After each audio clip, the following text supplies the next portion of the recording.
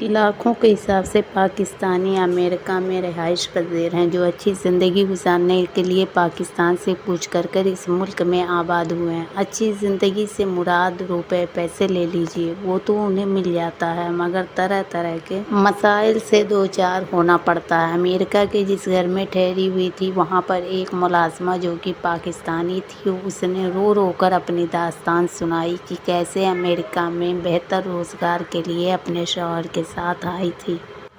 ہر دکھ سکھ میں اس کا ساتھ دیا، اتنی محنت کی، دونوں نے مل کر کھانے پینے کی اشیاء کا اسٹور کھول لیا۔ دیکھتے ہی دیکھتے اس کے دن پھر گئے۔ حالات اتنے اچھے ہو گئے کہ بیوی نے اسٹور میں جانا بند کر دیا اور گھرداری میں مصروف ہو گئی۔ لڑکے جو کہ جوان ہونے کو تھے، اچھے اسکولوں میں پڑھ رہے تھے کہ اچانک میاں کو کیا سوجی کہ اس نے دوسری شادی کر لی، لیکن بیوی کو اس بات کی خبر تک نہ ہونے دی، یہاں تک کہ اسے طلاق بھی دے دی۔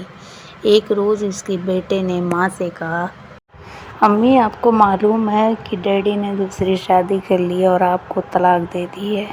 سن کر اس خاتون کے ہوش اڑ جاتے۔ جانچ پڑتال کی تو واقعی اس کے شوہر نے اسے طلاق دے دی تھی۔ جب شوہر سے اس نے احتجاج کیا تو اس نے گھر سے اسے نکال دیا اور وہ بیچاری در بدر پاکستانیوں کے گھروں میں جا کر پارٹ ٹائم کھانا بنانے لگی تھی۔ اس خاتون کو میں نے اپنی میزبان کے گھر میں دیکھا تو وہ شکل و صورت سے بالکل بھی ملازمہ دکھائی نہیں دے رہی تھی، اتنی مہذب کہ جی نہیں چاہتا تھا کہ اس سے کوئی کام لیا جائے، مگر اس بیچاری کی روزی کا مسئلہ تھا۔ میرا جی کٹ کر رہ گیا تھا۔ میں نے اس سے پوچھا، جب اس نے دوسری شادی کی تھی تو ہمیں یہاں کی انتظامیہ سے مدد لینی چاہیے تھی۔ یہاں کے قانون کے مطابق آدھا حصہ تمہیں جاتا تھا۔ وہ آنکھوں میں آنسو بھرے ہوئے گویا ہوئی۔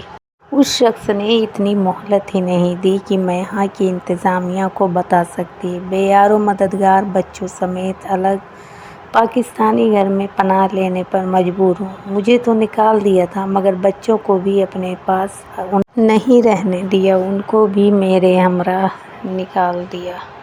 بچے بیچارے اس قابل نہیں کہ کچھ کما سکیں۔ میں محنت مزدوری کر کے ان کو پڑھا رہی ہوں۔ جو ہی کسی قابل ہو جاتے ہیں تو اپنے شوہر پر مقدمہ دائر کر کے اپنا حصہ لوں گی۔ میرے مالک بہت اچھے ہیں، وہ میرا ساتھ دینے کے لیے تیار ہیں۔ دراصل ان کے 2 چھوٹے بچے ہیں جن کی میں ان کی غیر موجودگی میں دیکھ بھال کرتی ہوں۔ وہ دونوں ملازمت کرتے ہیں۔ انہوں نے مجھ سے وعدہ کیا ہوا ہے کہ میرا حق دلوا کر رہیں گے۔ ٹھیک ہے، حق تو مل جائے گا، مگر شوہر تو ہاتھوں سے نکل گیا ہے۔